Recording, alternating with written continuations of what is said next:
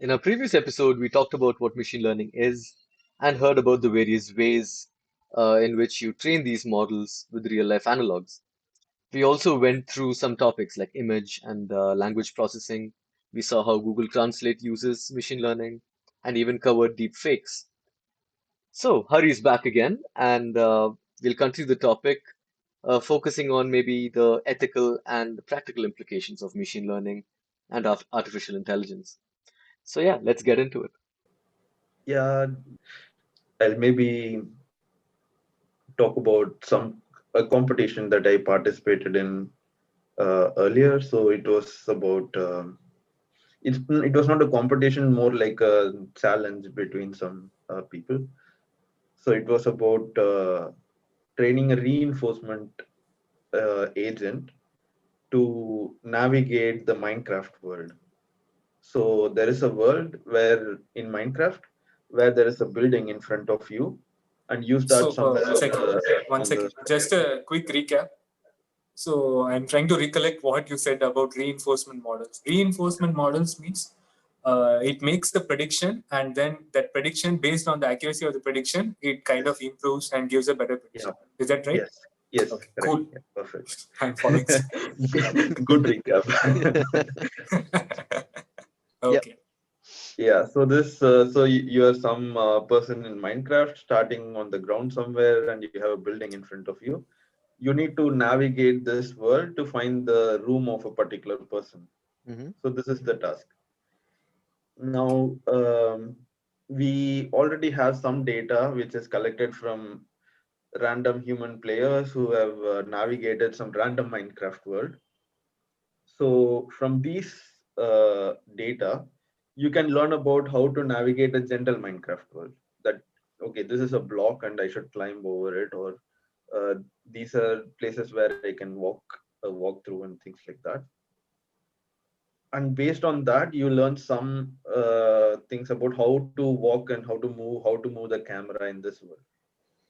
And then specific to this task, we collected some data by just trying to do this on our own by ourselves, and we recorded this data, maybe say 10 different attempts that we made to navigate to this room. And based on this data, we train this model, and this model can also play on its own in the world to try to reach this end point. And if it reaches the end point, we give it some feedback that okay, good job, you get 100 points. And if it doesn't reach, then it gets no points. So in this way, it keeps repeating it to get the maximum number of points, and learns how to navigate this world through all the staircases and corridors to reach this particular room. So that was one So, interesting so this project would be that I more was. like a learning model based on data, right? So looking at what other people have done and then repeating it. Mhm. Supervised learning, Yeah, if but I the remember correctly from what you said. yeah, so the data that we have from other players is in random worlds, not this particular world. Hmm. So that is only going to give Okay, okay.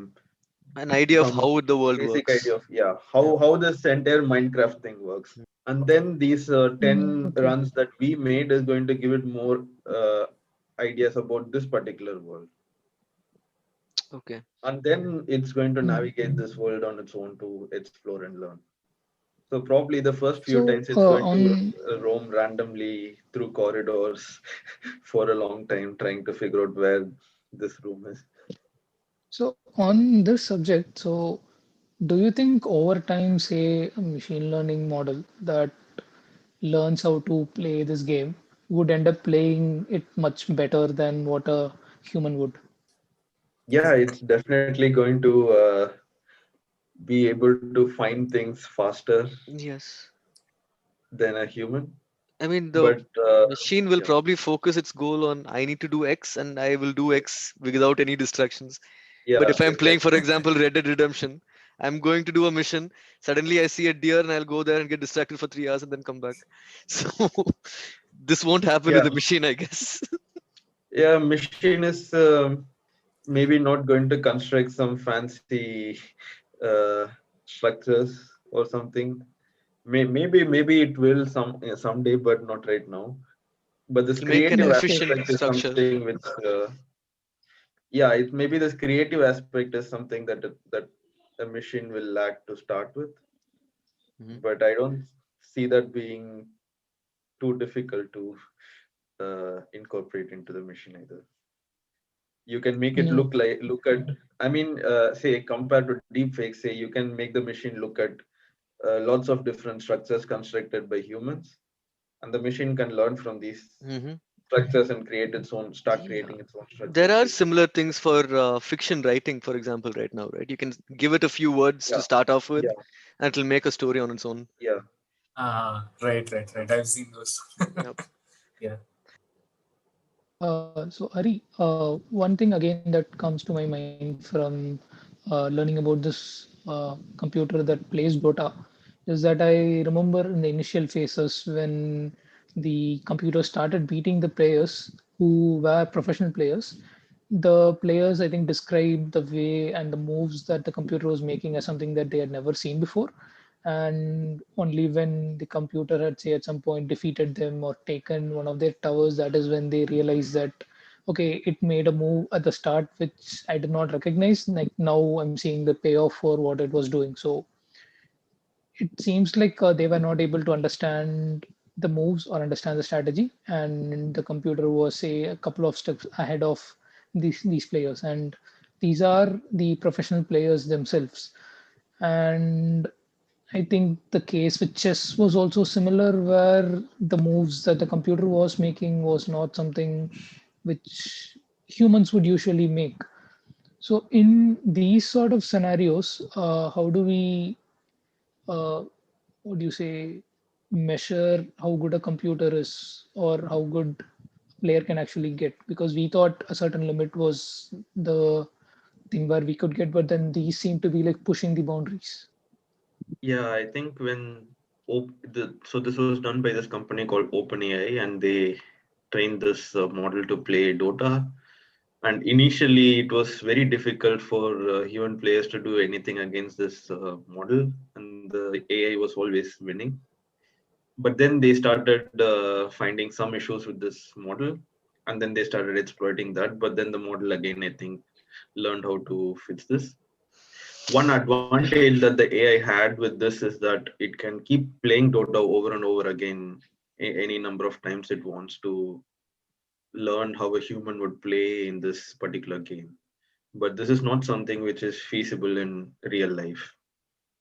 An AI can't play a day in the life of some human and then replay it starting from the beginning again or something like that. It's much more difficult in real life, but this is more achievable in some sandboxed environment where, like a game where you can just, okay, one game is over, then repeat it again, and then you can keep learning. But it's much more difficult in some real life practical scenario. Or So is it's that like interesting when something you which sounds too far-fetched to us given our technological constraints of our times? Is it something that way? Maybe in the future, a Mm, model or computer can maybe, do that, simulate a human's life within its system and then figure out how humans behave. yeah, so that's that's something which can happen, I guess. If it can simulate a human's life so Because, well, like, see, then this, yeah, because this is also like a conspiracy theory, right? Like, we are living inside a simulation. yeah, And yeah. But some, if you are already living inside a simulation. Yeah, yes, Suji, you're already in one. yeah, but one problem with that is that if a model is able to simulate a human's life, then it has already understood a human's life, which cannot happen if it is trying to learn a human, how a human would behave. So there's a I don't think even humans have understood humans' life. That is true. Yeah, you can't As really define what a human life is. It's yeah. just random. We are just random people doing random things I mean, literally, yes. and surviving. when you think about this human life as a simulation, it reminds me of the funny concept that I read in Hitchhiker's Guide to the Galaxy. Entire Earth is a simulation to find out what is the meaning of life and to understand the answer, which is the number 43, I guess. 42. 42. 42. Yeah. Interesting things. If only the Interesting meaning of theories. life was so simple as a number. Just a number 42. Yeah, but Take it Shreedeep, maybe the answer is simple, but the question is not so simple. Yeah, that is why that's we are probably running the this. thing. We are asking the wrong question, probably. So since you're talking about this AI and things, just a side note, like we have seen AI a lot, right? Not only now with machine learning and other things, but AI is a term we hear a lot, right? Artificial intelligence, right? Yeah. Does AI mean that machine learning algorithms are involved, or AI can be used in any way? Like AI can be, because video games also have AI. I'm sure like they are not using machine learning to run their things. Why not? I mean, I think some do, Hari, but yeah. Hari, a very simple question. Are they the same thing? Artificial Are they intelligence the and same thing? machine Exactly. learning? That is what I'm No, trying they to. are definitely not the same thing. I guess Okay. this term AI is overused, and it has become more like a buzzword Hmm. that a lot of people use just to sound fancy or sound like something amazing. Okay. I hope you're not doing that. Yeah. So I mean, some of the AI uses machine learning, some of them don't, but they use. I think people use AI anywhere something is automatically making some decisions or something. It's AI, which Okay. is, I guess, a very I mean, the term AI vague. is broad enough that you could use it that way. It's just artificial intelligence. Whatever seems like it's intelligent can be termed Yeah, AI. but I cannot think of some if-else statements as intelligence. Yeah, but you're in the field. For someone who has no idea how that Yeah, works, yeah, exactly. it's So magic. So, yeah, and I think a lot of companies market their products as, oh, we use AI, and inside it's just if-else statements. So He's angry. I Man, keep I'm seeing using. I keep seeing a lot of these phones which say that they're using AI technology to take better photos, to do some better operations in their phone. Like, are they really using AI, or is it just some if-else I statements thi- as you've been Uh, mentioning? might be. I Just think might they be. actually use machine learning, so I Oh, would say okay. it's more Not at that. least for the photos, I guess, Good yeah. for them. Okay. but yeah, I think this term itself is very overused, and we often don't know which of them are actually intelligent and which of them are just marketing term. So something that uses Mm, learning or something that uses machine learning algorithm, you are saying is actually intelligent. But something which is just a bunch of if-else conditions or some kind of decision tree or something Yeah, is not Not as actually intelligent. not as not as intelligent. not as intelligent. Okay. yeah, I get Hari's point. Like, Yeah. animals also take decisions, but they are probably not as intelligent as humans. I'm guessing that is what Oh. Hari's getting at. I don't want to put down animals here. Oh, that is disrespectful to animals, Sujit. Yes. What do you say? Yeah. Animals can also learn things. Yeah, They can animals also have learn better things Yes, than like definitely, but if-else statements. Pavlovian response. It's there in animals as well. Oh, Okay. So we have talked about AI. We have mentioned what it is, like how it is differently used. So, and it is it has been present in our life, everyday life, in different aspects, in our phones, laptops, the advertisements that we see, whatever it may be. Like AI is intruded into our life deeply, without the knowledge or even with our knowledge, right? And we just heard about the AI that played Dota and how the human professional players themselves are not able to compete with it Hmm. in a way. So, do you foresee something like AI in a similar way takes over all human functions and we come to a point where we become redundant? Is that something you foresee? The kind of thing that you mentioned is called artificial general intelligence, where a machine is able to perform all kinds of human tasks. I think that is a lot more challenging, and I don't think it's we are anywhere close to that right now. Okay. So right now, most of the machine learning and AI research is focused on solving some specific tasks. Say, you want to make a robot which can fix some defect in some pipeline automatically, or you want to make a robot which can maybe solve some issue in some, say, drain in the sewers or something. So these are more specific tasks. But in order to solve all kinds of human tasks, in order to think like a human and solve all tasks, it's something very, very challenging, and we are nowhere close to that. And even if we assume that hardware is going to improve, models are going to improve, and all that, I think we are still many decades away from reaching something like that. I have a very nice short episode from this Netflix show called Love, Death, Robots. So it's called Zima Blue.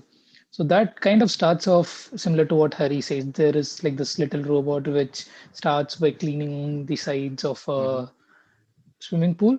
And Yeah. over time, it's like I've seen that developing episode, yeah. intelligence, and it's more like what it starts doing. Yes. Oh. Yeah. So, Hari, based on what you're saying, like the sense that I'm getting is Skynet is not a threat. Is that right? Not Yeah, yet. exactly. Not yet. But I mean, again, an AI can learn to solve some task or maybe make some decision or something. But as long as you don't equip it with actual real life things, it's not going to be able to do anything. Don't give the nuclear launch codes to an AI and let it act. Just put in those codes and release some missile. That's not something you want to happen. So Don't release it into the internet. Hari, but Hari, I saw Ultron do that in Avengers 2. Yeah. They released it into the internet, man. So it Yeah. has Yes. access to everything. Yeah. I mean, Yeah, it's a so bit don't far-fetched, but just put it in the But internet yeah. and you have access to everything. Yeah. It's going to So, happen. Hari, There's Musk's Starlink as well, so it's going to happen soon. Musk Starlink. Like, let's go back to the Social Dilemma documentary, where they are using these kind of models to present stuff to users. And in the documentary, they say that at this point, even the people who have made these have no idea how this works and no idea how to control it. What do you think are the implications of these kind of problems? Because this has caused other issues like political instability in some countries, people having self-image issues because of what they see on their feed. These are more present issues that we face right now, which have been blamed on social media algorithms. So what do you think about these kind of things? Yeah, so one of the problems or downsides of using these kind of complex models is that it is very difficult to understand what this model is doing and why it is doing that. Mm-hmm. And this is an active research area right now, and people are trying to build more explainable models or try to explain why certain things are happening and so on. But while that is happening, it is already, these models are already being used in mainstream applications, and people are receiving things which are selected by these models. And like you said, it does cause a lot of issues like this. Mm-hmm. But it brings us to this question about, when should you start using some technology? Should you wait until a lot of research is done and everything is properly understood, or should you just start using it as soon as it becomes available? And I would like to maybe go back to when the Industrial Revolution happened, and we started using a lot of coal to power many of our factories and machines, and we caused a lot of pollution back then. And we didn't really think so much about pollution and so on when we started doing that. Hmm. But now, once we have understood the effects of pollution and all that, when we look back, we think about why did we just start doing this? Why didn't we wait until we found a better form of energy, or Hmm. maybe regulate the way we used it, maybe not use it so much? Why were we not conscious about how we use this thing back then? That's the same kind of debate which we should have right now. Like, how long should we wait until we start using something? Should we try to understand what's happening, what are the implications before we start using it? And I think this is something that each one of us should think about. I don't know what your perspectives are on this aspect. Say you can take the example of a smartphone, and do you want to use the smartphone right now, or do you want to wait maybe another 10 years until people have done researches to understand the implications properly before you can start using it? Uh, so this is a very interesting thing that you brought up, right? So because I remember a lot of our growth as a civilization happened during the industrial revolution. Like we found out a lot of things. Technology developed a lot during that time, which has aided in doing a lot of other things which we probably would not have been able to do otherwise, right? And this is something that I read at a place where which says that you should always try to solve your problems. So once you solve your problems, it's not like you're going to be in a place where there is nothing left for you to do. So solving one problem will lead to better problems for you to solve. So that is how I look at this, where definitely using mobile phones, I could wait 10 years to understand completely what mobile phone usage is going to cost. But then again, since we did not wait, we saw a big jump in how mobiles are from, say, somewhere in the year 2000 to currently. So 20 years, there's been like a huge leap, right? So I guess to a certain extent, there will be some effects of whatever we do, but then at the cost of advancement, there is something that we will have to sacrifice, I guess, or give up. Yeah, and yeah, it's pretty similar. I think um, adoption of a new technology is once you recognize the good things about this technology, the fact it's maybe faster, more convenient, does more things for you. We as a species, I guess, look at these things and value it a lot more than being able to look at the long-term implications of this and what could happen because of using it. For example, in smartphones, Mm. it was immediately obvious for most of us why it is a good thing to have to improve our daily lives, to make things better in terms of organization or consuming entertainment, whatever it may be. But it's only very much later that we realize that, okay, now we are spending almost every waking second of our lives looking at a phone screen. The question becomes, is that a good or a bad thing? Because if I look at it myself, it's not, I don't consider it to be really bad, because I spend my time doing what I would have spent doing something else to manage my organization or entertainment. Instead of that, I'm using my phone. It's just, so it's just the medium that has changed, but not really the intent behind it. Hmm. The implications, while if Yeah. you know it, it's good. If you keep it in mind, and then you can choose whether you want to do something with it. But inherently, I don't think adoption is a problem as such.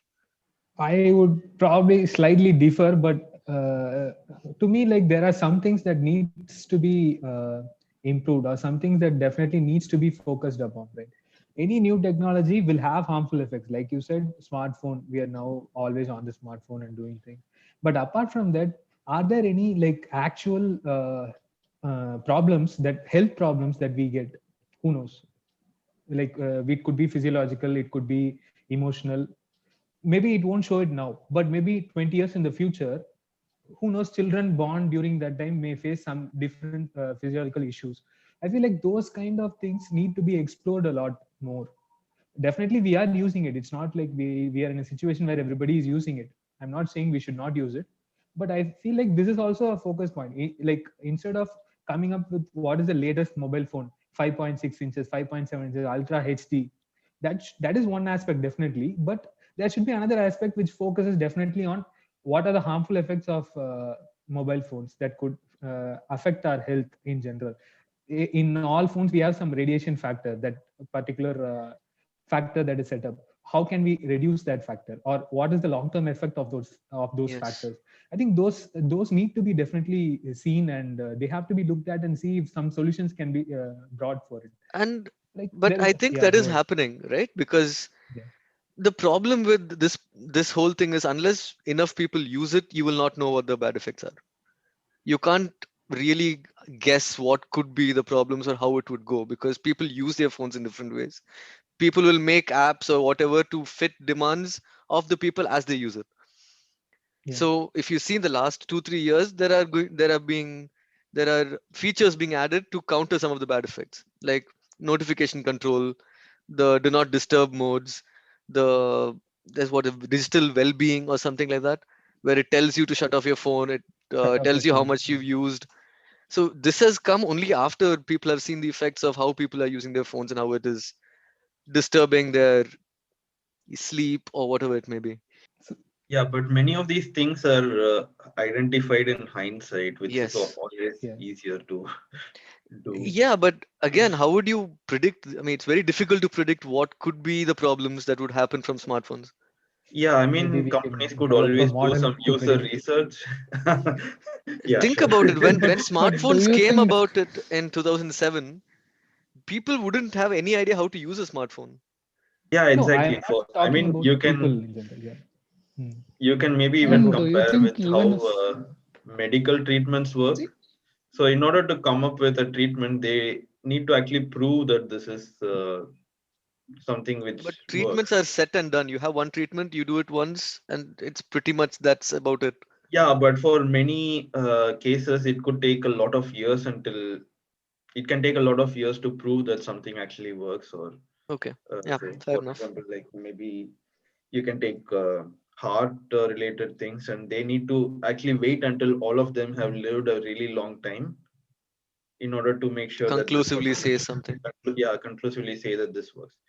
Maybe for technology, that level of conclusive proofs are not important, but some, at least some, to some extent, they should do some research to ensure that things are actually safe in different aspects, mental or physiological or whatever. Hmm. And also, one thing that is missing is maybe we have lots of laws which are related to how we can act in a society, which are stated in our constitutions and Yeah. so on. But there are not so many laws or policies concerning technology and applications which are coming up recently. There are so many applications which are there on the App Store. There are so many. especially with related to data and data Yeah, privacy and all these things. yes, Yeah. exactly. So there are not many policies defined in, I think, most of the countries. Yeah, because the policymakers are 70 years old mostly. It's just they don't probably even use it. Yeah. So Yeah, I think that is also something which needs to happen at the same pace at which technology is growing, to come up with policies Yeah. which govern these kind of technology and the usage of these technology. Because I mean, I think like I think Shankar mentioned about these different biases also which are creeping up in these AI and machine learning applications. hmm. So I mean, if you take many companies, when they recruit, they say that they are an equal rights company. But say if they replace their reviewing process with some app which says it is really good at filtering out the best candidates for you, and if this app has some inherent bias about say gender or something, so you're not an equal rights company anymore. Yeah, I mean that Okay. is happening as well. Uh, because I think in a lot of, at least in the US, they're asking candidates to send their resumes without their name or picture, because Yeah. I Hmm. guess that introduces bias when the computer scans it. Yeah, but I mean, it's possible to generate these bias without looking at those things as well, Hmm. based on, say, the contents of the resume and so on. For example, there was one study which found that the usage of Pinterest is highly correlated with females. Hmm. Okay. So you need not mention Mm, that you're a female. There could be some hidden content somewhere in your resume which can be used to infer that you're a female or male. mm, okay. So what you're saying is just like any other technology, like machine learning also needs to be looked at from a different perspective. Like only it's as good as the people who do the coding, or it's as good as people who develop the algorithms, right? Whoever does that needs to take into consideration to an extent, of course, what are the impacts of this particular algorithm that I'm developing? What are the impacts of this model that I'm training? What will it do in the future? And how much power should I give it, like how much effect it should have on people. For example, Facebook or Google or even any other social media, Twitter, they have this algorithm running, but they have not like had a look at what impact it is having on people. The model uses the information that it has on people and like shows them different content, shows them different groups, shows them posts. So this is without considering what effect that post or that content is going to have on the person as such. This is a discussion that we need to have definitely in the future when it comes to machine learning and other things. And another point about machine learning, which is along these lines, is the data that it consumes, especially the social media models, the amount of data that it consumes. Every single bit of data about you as a person, your browser history, your online searches, the products that you purchase, your credit card swipes, the locations that you visit. There's so many things that it uses to develop a model of you as a person, your online persona, an emotional pulse of yourself, shall I say. So with that, so many buyers are waiting for that kind of a model, and then using that they try to grab your attention, right? I'm just throwing this statement out there. So what do you feel about this particular aspect of these social media models and how they are being used, how our data is being used in that? Yeah, I think this I think comes back to the debate about data privacy. I don't have so much knowledge about that, but I think it's definitely something which has to be regulated, Hmm. and there should be clear policies about which kind of data can be used by a particular organization. And also, I think the recent developments regards to GDPR is one Okay. good step towards achieving this. Hmm. But I don't know if something like that exists in India, for example. I think every country where people are using these kind of technology should introduce these kind of regulations to control how data is being used by different organizations. Yeah, Okay. to mention some, to comment about something that you mentioned earlier about how a person who writes this code or develops an algorithm should take into account the implications. One way to handle this better is to maybe have people with different expertise to work together to achieve Hmm. this. Maybe one person is good Okay. at writing code, developing models, and so on. But you can have another person who specializes in studying human implications of technology. By having these kind of multidisciplinary teams, you can do it parallelly. Both of them can work at the same time. One person develops models, the other one can study how these models affect humans. And that is one way that I think many of the big organizations are doing it. Hmm. And I think this is definitely the way forward for many organizations which are using these kind of technology. We need to put more emphasis on the humanities side of technology as well, which we Yeah. often fail to do. Yeah, because it's at odds with making money most of the time. So Yeah, Yeah. The same goes for data researchers also. about the humanities aspect of technology should also be studied more, and it should be funded. Yeah. It's not just about Definitely. having the best models. Only the fancy technologies get funded. These Yeah. kind of topics are drowned in an ocean of other researches. Yeah. Yeah, so I guess like we have covered a lot and we've been talking for more than an hour or so, but I feel like this topic is so big that there is still more questions to be answered. And Mhm. after today's discussions, I have more questions definitely to ask. So I hope Hari will be available for another session later. Probably we can come back to this topic and even have detailed discussions about, especially the last particular stretch where we are talking about implications and how it affects human beings as such, which Mhm. I find personally very fascinating and to talk about. So this has been a great episode, Hari. Like, thanks for joining us. Of course, in your busy schedule, allocating a few hours for your old friends. Yeah, thanks for having me. Maybe Yeah, I'll be back again sometime soon. yeah. Of course, definitely, we'll be happy to have you. Yes.